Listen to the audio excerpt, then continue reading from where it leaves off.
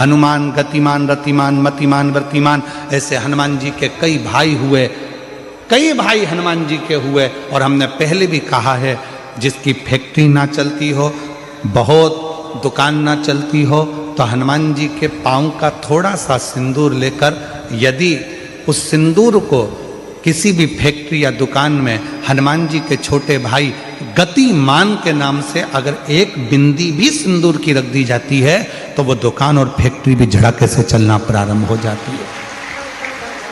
गतिमान हनुमान जी के छोटे भाई,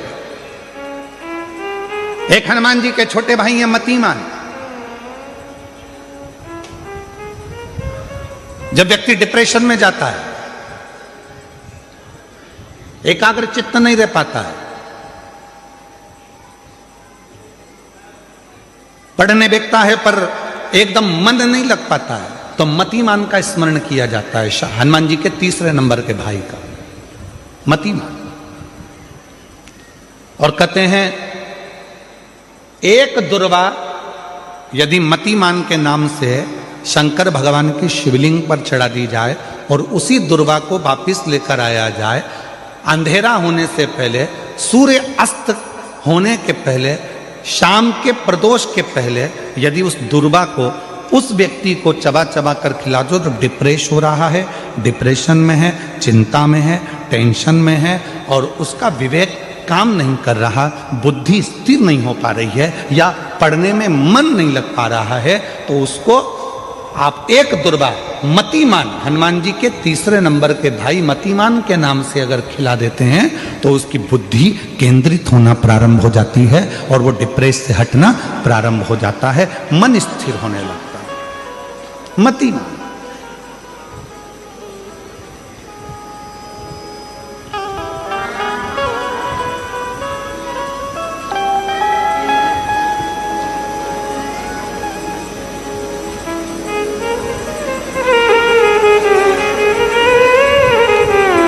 और एक नाम आता है व्रतिमान।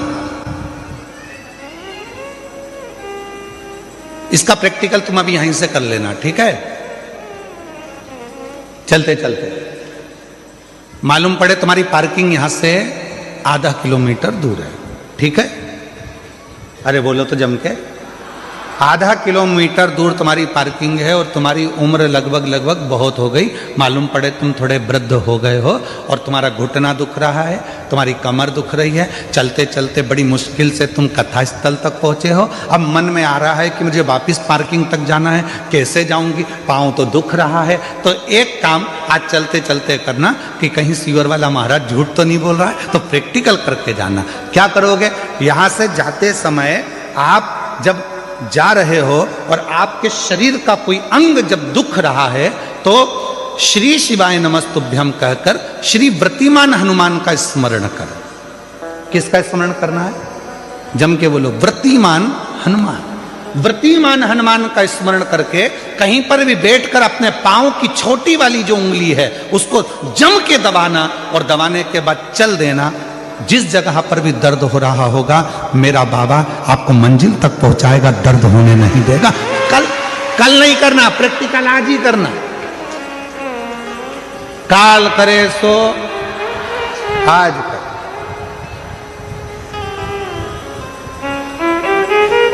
व्रतिमान आज करेंगे गुरुजी, 3 महीने में फर्क दिखेगा। तुम तो आज की आज का बताओ ना कि आज की आज में फल कैसे मिले। तुम तो बिल्कुल तैयारी में बैठो। जाते जाते व्रतिमान हनुमान भगवान श्री शिवाय नमस्तुभ्यम का स्मरण कर कर एक ऊर्जा के साथ, ताजगी के साथ चलते जाओ। शिव थोड़ा बहुत नहीं देते, मेरे भगवान देते हैं छप्पर फाड़। ये वामन पुराण के अंतर्गत भी मिलेगा और अग्नि पुराण के अंतर्गत भी मिलेगा कि यदि नूतन मकान के पाए में एक नारियल के गोले में गुड़ भरकर, शमी पत्र रखकर उसको दबा दिया जाए, तो उस घर में कभी संपदा की कमी नहीं होती और क्लेश नहीं हो सकता, चाहे कितनी भी अहंकारी बहू क्यों ना हो, चाहे कितना भी अभिमतता रखने वाली सास क्यों ना बहू, उस सास बहू में प्रेम ही रहेगा, क्लेश नहीं हो सकता।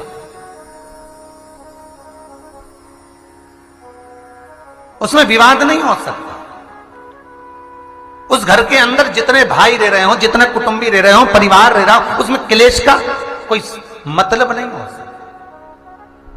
सुंदरकांड का पाठ घर में करवा रहे हैं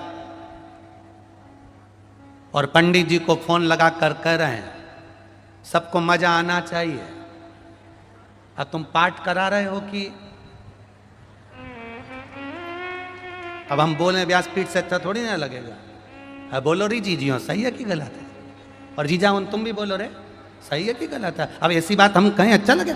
सुंदरकांड का पाठ करा रहे हैं और पंडित जी को फोन लगा के कह रहे हैं सबको मजा आना चाहिए। महाराज हम तो बहुत सारे सुंदरकांड करने वाले थे, परंतु हमने तुम्हारा सुना था कि तुम सुंदरकांड में बहुत मजा ला देते हो, इसलिए हम तुमसे करा रहे हैं, इसीलिए तुमसे करा रहे हैं। अब सुंदरकांड का पाठ मेरे हनुमान जी की कथा, मेरे हनुमान जी का चरित्र मजा लेने के लिए नहीं है, मोक्ष लेने के लिए है। ये मजा करने का विषय नहीं है, ये मोक्ष पाने का विषय।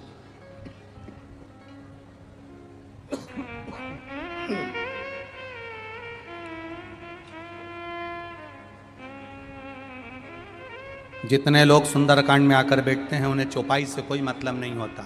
उन्हें तो बस महाराज ने भजन गाया और इन्होंने नाचना प्रारंभ करा। जिस सुंदरकांड में लोग ज्यादा नाच लें समझ लो वो सुंदरकांड सफल हो गया। नहीं, शिव महापुराण की कथा कहती है भगवान शंकर का एक अंश अवतार है मेरे श्री हनुमान जी महाराज। जब आप हनुमान जी के नाम का उच्चारण करें, जब आप हनुमान जी के नाम की भक्ति करें, तब जैसे हनुमान के हृदय में राम निरंतर दौड़ते रहते हैं, उस समय पर आपके भीतर राम नाम दौड़ना चाहिए। तो समझो कि हनुमान की भक्ति प्राप्त होगी, तो समझो कि हनुमान जी की भक्ति प्राप्त होगी। एंजॉय के लिए नहीं, मजे के लिए नहीं, भक्ति के लिए। कल आपको कथा में कहा था भीड़ बढ़ाने के लिए शिव पुराण में मत आना। कल भी कथा में कहा था और आज भी कराएं, भीड़ बढ़ाने के लिए शिव महापुराण में आने की जरूरत नहीं है। जिसको भीड़ बढ़ाने का शौक हो वहां चले जाओ। भीड़ बढ़ाने के लिए कभी शिव पुराण में मत आना। शिव पुराण में आओ तो भक्ति बढ़ाने के लिए आना कि मुझे शंकर का गुणगान करना है, मुझे भजन करना है, मुझे एक लोटा जल देवादिदेव महादेव को चढ़ाना है, मुझे शिव तत्व को प्राप्त करना है, मुझे शंकर का गुणगान करना है। मैं शिव पुराण से सीख कर जाऊंगी तो एकांतेश्वर महादेव को अगर कुछ नहीं चढ़ाऊंगी, 5 पेड़ की पत्ती तोड़कर चढ़ा दूंगी तो मेरा एकांतेश्वर राजी हो जाएगा। यह सीखना है हम। और मेरा विश्वास कहता है जितने लोग आस्था चैनल पर कथा सुन रहे हैं, जितने फेसबुक यूट्यूब पर कथा सुन रहे हैं, और जितने छत्तीसगढ़ की इस भिलाई की, इस पाटनगर की पावन भूमि पर कथा सुन रहे हैं, ये मेरा विश्वास कहता है जिन्होंने एकांतेश्वर महादेव की कथा को सुना है, कभी एकांत में शिवलिंग मिल गया ना, तो ये मेरा विश्वास कहता है कि वो पेड़ की पत्ती तोड़कर जरूर चढ़ा कर आएगा, क्योंकि एकांतेश्वर से मुलाकात होगी। कथा में जाओ तो कुछ सीख कर जाओ, कुछ प्राप्त कर कर जाओ। तो मालूम पड़ा कथा में से गए और जैसे कि जैसे ही पहुंच गए, उपासना करी कार्तिकेय बाबा ने। शिवाराधना में कार्तिकेय बाबा जब लग गए, तारकासुर का वर था कि मरूं तो शंकर के पुत्र द्वारा।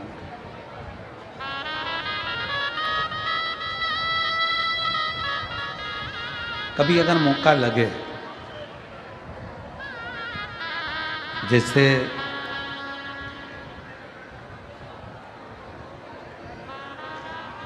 कभी ऐसा योग लग जाए कि कोई आपसे कहे कि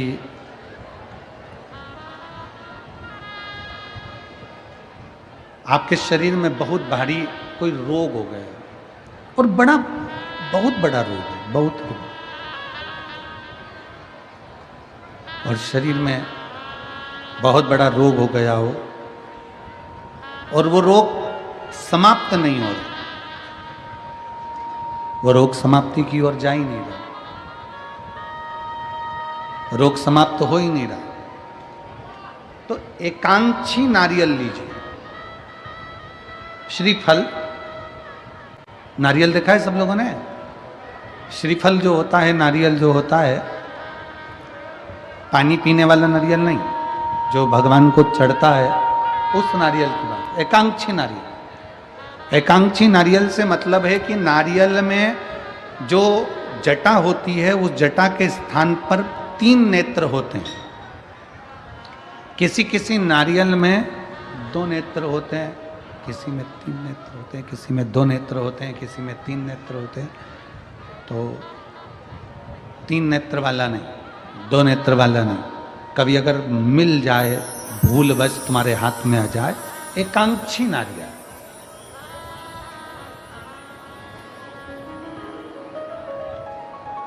एक नेत्र वाला। पहले बताओ देखा है कि नहीं देखा, पहले ये तो बोलो कि नारियल के पीछे 3 आंखें दिखती हैं, 3 आंखें, किसी में 2 आंखें नजर आती हैं। उसी तरह एक एकांक्षी नारियल, एक नेत्र वाला। कभी अगर मौका लगे और अगर रोग बढ़ रहा है, घट नहीं रहा, तकलीफ बढ़ रही है, घट नहीं रही, सारे इलाज करवा लिए, सारी दवाइयाँ ले ली, सारी जांचें करवा ली, सारे डॉक्टरों को दिखा लिया, उसके बाद भी अगर आराम नहीं लग रहा है तो एकांक्षी नारियल। और उस एकांक्षी नारियल के साथ में 7 दुर्वा, 7 बेलपत्र, 7 दुर्वा, 7 बेलपत्र, 7 पीले कनेर के पुष्प हाथ में लेकर, जो व्यक्ति बहुत ज़्यादा बीमारी अवस्था में है और दवाइयाँ भी अगर लॉक नहीं कर रही हैं, डॉक्टर की दवाइयाँ खाते रहो, दिखाते रहो, उसके साथ में वो एकांक्षी नारियल जिसकी एक आंख है, 7 दुर्वा, 7 बेलपत्र, 7 पीले कनेर के पुष्प हाथ में लेकर श्री शिवाय नमस्तुभ्यम कहते हुए हाटकेश्वर महादेव का नाम लेकर। कौन से महादेव? हाटकेश्वर महादेव। हाटकेश्वर महादेव का नाम लेकर अपनी कामना करते हुए, बाबा से विनय करते हुए, जहां से, जैसे ये शिवलिंग है, ये जलाधारी है, ये जलाधारी से जल बह रहा है, ये जल बहकर जहां से जाता है, ये जल बहने के स्थान जहां तक है, उसके बीच में कहीं पर भी, जहां जल बह रहा है ना, ये पानी बहकर जहां जा रहा है, उस स्थान पर कहीं पर भी, वो जल बहकर जहां से जा रहा है जमीन पर, उस स्थान पर कहीं पर भी उस नारियल को, एकांक्षी नारियल, 3 आंख वाला नहीं, 2 आंख वाला नहीं, एक नेत्र वाला एकांक्षी नारियल, सफेद पीला कनेर, 7 बेलपत्र, 7 दुर्वा के साथ में उसको रख दीजिए और 1 लोटा जल देवाधिदेव महादेव को दक्षिण के भाग में खड़े होकर, उत्तर की ओर मुख कर यहाँ बैठकर या खड़े होकर इस भाग में उधर की ओर देखते हुए जल समर्पित कर दीजिए। उसमें से 1 बेलपत्र, 1 दुर्वा उठा कर लिया, उसी में से 1 कनेर का पुष्प अशोक सुंदरी वाली जगह पर समर्पित कर दो। दुर्वा सुबह के समय पर खाना है, बेलपत्री दोपहर के समय पर खाना है। उसके बाद में 15 दिन 8 दिन बाद फिर वापस जांच कराओ, आपके रोग में आराम मिलना प्रारंभ हो जाएगा, शिव उसको ठीक करना प्रारंभ कर। एकांक्षी नारियल। आजा कुंदकेश्वर अर्थात गणेश जी के हाथ में जो कुंदुक होता है, उस कुंदुक, जो गणेश जी के हाथ में कुंदुक होता है, 7 दुर्वा। कितनी दुर्वा लेना है?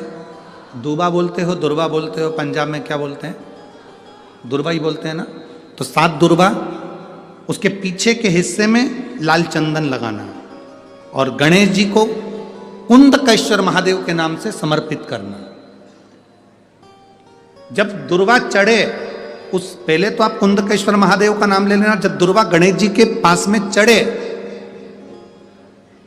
तब चंद्र गणेश का स्मरण कर लेना और अपने दिल की बात बाबा से प्रार्थना कर कर उस दुर्वा को चढ़ाओ।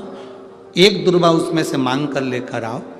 जिस दुर्वा को जब मांग कर लेकर आओ तो वो, जो व्यक्ति नशे में धुत रहता है या गलत काम में धुत रहता है, उसको वो दुर्वा सुबह खाली पेट 1 दुर्वा उसको खाने को दो। नहीं खाए तो उसको कोई भोजन आदि के साथ में उसको दो। उसका नशा धीरे धीरे धीरे धीरे वो छोड़ देगा और श्रेष्ठ बन जाएगा। श्रेष्ठ। कुंदकेश्वर महादेव या कुंदुक का प्रहार, कुंदुक 2-3 जगह पर काम करता है कुंदुक का। अगर आपने कभी स्मरण करा हो कुंदुक का तो कभी, वैसे तो मेरे को लगता है कि आप लोगों ने गणेश जी के हाथ में कुंदुक देखा होगा। एक शस्त्र होता है जो एस जैसा बना होता है, जो गणेश जी के हाथ में पकड़े होते हैं, दर्शन किया है, तो वो कुंदुक कहलाता है। जो बहुत चिड़चिड़ा हो जाए, बहुत अपशब्द कहना, बहुत ताने देना, बहुत गाली देना, बहुत आड़ा टेढ़ा कहना, जरा जरा सी बात में बिखर जाना, क्रोध आ जाना।